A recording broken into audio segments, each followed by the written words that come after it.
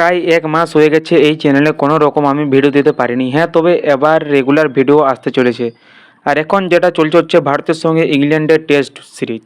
আর এটা প্রথম টেস্ট ম্যাচে একদম ভারত ৫টা উইকেটে হেরে যায়, যেখানে তারা ৫টা সেঞ্চুরি মারার পরও তাদেরকে ম্যাচটা হারতে হয়েছিল। আর সেই সেই প্রথম ম্যাচে জাসপ্রীত বুমরা প্রথম ইনিংসে কিন্তু ৫টা উইকেট নেয় এবং জাসপ্রীত বুমরা একজন গুরুত্বপূর্ণ বোলার এই টেস্ট সিরিজে। কিন্তু দ্বিতীয় টেস্টে জাসপ্রীত বুমরা থাকছে না। ভারতীয় দল যেহেতু আগে জানিয়ে দিয়েছে যে বুমরা ৫টা টেস্ট সিরিজে ৩টি ম্যাচই খেলবে, তবে কোন ৩টি ম্যাচ খেলবে সেটা জানানো হয়নি।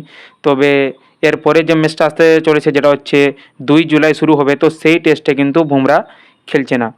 তার পিঠের মধ্যে তার চোট রয়েছে। প্রথম ম্যাচ হারের পরেও বুমরার ফিটনেস নিয়ে ভারতীয় দল অত্যন্ত সতর্ক, সেটাকেই অগ্রাধিকার দেওয়া হচ্ছে। দ্বিতীয় টেস্টের মানে যেটা একদম ২ জুলাই যেটা শুরু হবে, তো সেই টেস্টে জাসপ্রীত বুমরা খেলছে না এবং ভারতীয় টিম ম্যানেজমেন্টের সিরিজের দীর্ঘ সময় ধরে জাসপ্রীত বুমরাকে ধরে রাখার চেষ্টা করছে।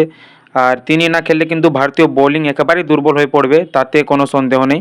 তবে জাসপ্রীত বুমরা না খেললে সেখানে আরশিদীপকে খেলানোর সম্ভাবনা রয়েছে।